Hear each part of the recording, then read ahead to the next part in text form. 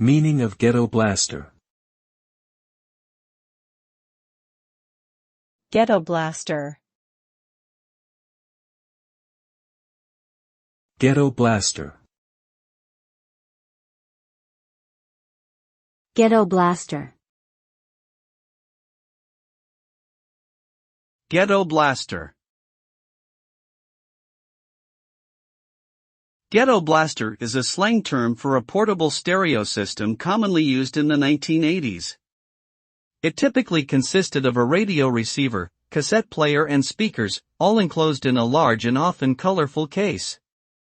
The name Ghetto Blaster reflects its popularity among urban youth, particularly in poorer neighborhoods or ghettos.